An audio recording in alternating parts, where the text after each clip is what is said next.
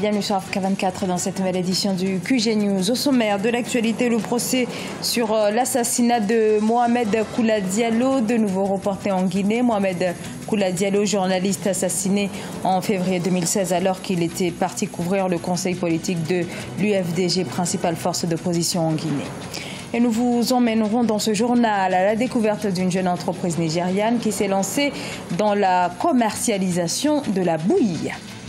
Les arts, la culture et l'héritage du Zimbabwe célébrés au carnaval d'Harare cette année encore. L'engouement était au rendez-vous pour ce carnaval qui mêle animation et festivité.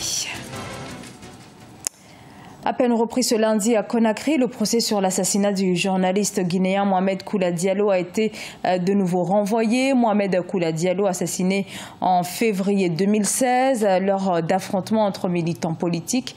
Pour le procureur qui explique les raisons de ce report, il s'agit de mieux comprendre le dossier. Reportage Emmanuel Milimono. Les proches du journaliste Mohamed Koula Diallo devront encore patienter durant 2 semaines. Le tribunal de première instance de Dixine à Conakry, la capitale guinéenne où se tient le procès, a reporté les audiences pour le lundi 25 septembre 2017. La faute à l'absence du procureur principal et la non-maîtrise du dossier par son substitut. Pendant que nos clients sont en train de mourir à petit feu dans l'injustice totale en prison, hélas, le dossier a été renvoyé, ce qui viole le principe sacro-saint du ministère public qui est l'unicité et l'interchangeabilité. Pour la défense, les motifs invoqués pour justifier ce report ne sont pas suffisants, d'autant plus qu'ils prolongent la détention des accusés. La demande de mise en liberté provisoire formulée a par ailleurs été rejetée par la Cour. Les dispositions du Code de procédure pénale sont claires. La mise en liberté provisoire peut être refusée si la détention est l'unique moyen pour conserver les preuves de l'infraction qui a été commise, ou alors pour empêcher que les troubles qui ont été causés lors de la commission de l'infraction ne soient renouvelés. Mohamed Koula Diallo, journaliste du site internet guinée7.com, a été atteint d'une balle le vendredi 6 février 2016 à l'entrée du siège de l'Union des forces démocratiques de Guinée, UFDG, parti du chef de file de l'opposition, celui d'Alain Diallo. Au moins 3 personnes sont poursuivies dans ce dossier, dont des membres de la garde rapprochée du principal leader de l'opposition. Ils sont actuellement détenus à la prison civile. Le Cameroun devient le premier producteur de bananes dans la zone Afrique, Caraïbes et Pacifique, avec plus de 278 000 tonnes de bananes produites en 2015. Ce pays d'Afrique centrale détrône pour la toute première fois la Côte d'Ivoire. 1,5 milliard de dollars directement injectés dans le fonds souverain nigérian, une somme colossale qui porte désormais à 2 millions le montant de ce fonds.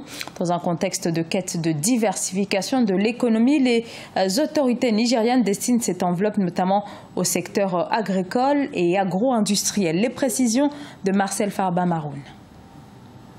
Le fonds souverain nigérian, la Nigerian Sovereign Investment Authority, NSIA, a enregistré 2 milliards de dollars d'actifs en septembre. Selon le responsable de l'institution Uche Orji, la NSIA a réussi à mobiliser cette somme par le biais d'autres institutions publiques, mais aussi et surtout grâce au gouvernement nigérian qui a contribué à hauteur d'1,5 milliard de dollars, soutenant l'initiative du président Muhammadu Buhari qui vise à relancer la production agricole et à réduire la dépendance de l'économie au pétrole.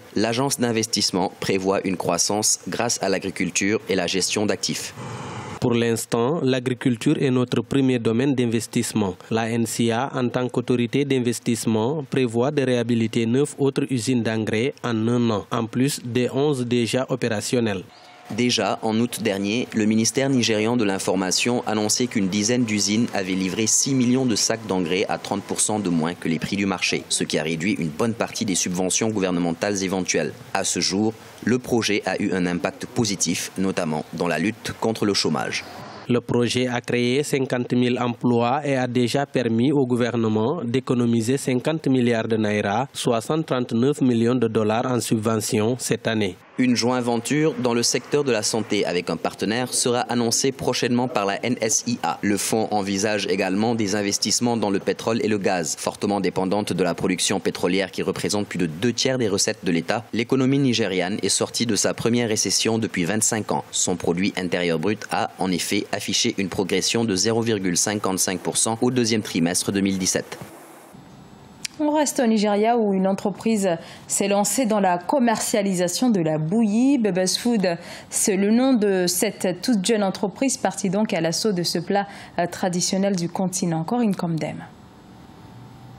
Fabriquée à base de maïs ou encore de sorgho, la bouillie est un aliment de base traditionnel largement consommé en Afrique. Très populaire et abordable, l'entrepreneur nigérian Ijoma Ndukwe a fait de sa vente une activité lucrative. Communément appelée pap ou akamu au Nigeria, la bouillie commercialisée par l'entreprise Bubba's Foods est conditionnée dans un emballage étiqueté et commode, garantissant une préparation hygiénique et également adaptée à l'exportation.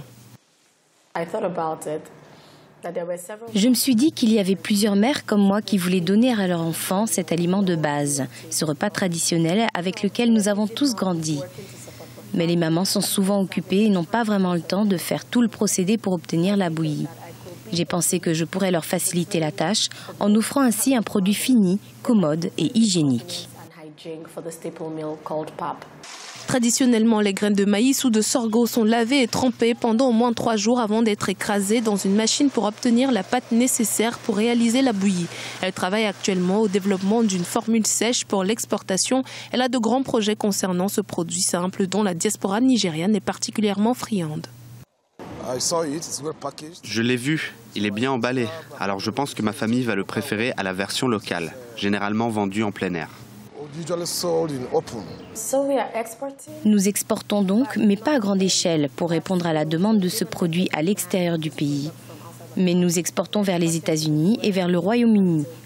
Et les gens voyagent eux-mêmes avec les produits vers les endroits comme le Canada, Chypre, l'Afrique du Sud, l'Allemagne et à bien d'autres endroits aussi.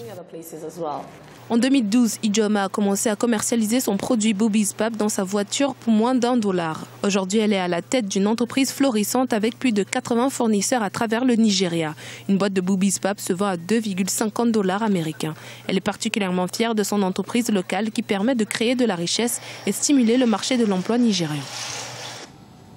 Dans l'actualité également, la 5e édition du Carnaval international d'Harare, l'occasion pour les Zimbabwéens de célébrer leur patrimoine et la diversité de leur pays. Patricia Solange-Dubois.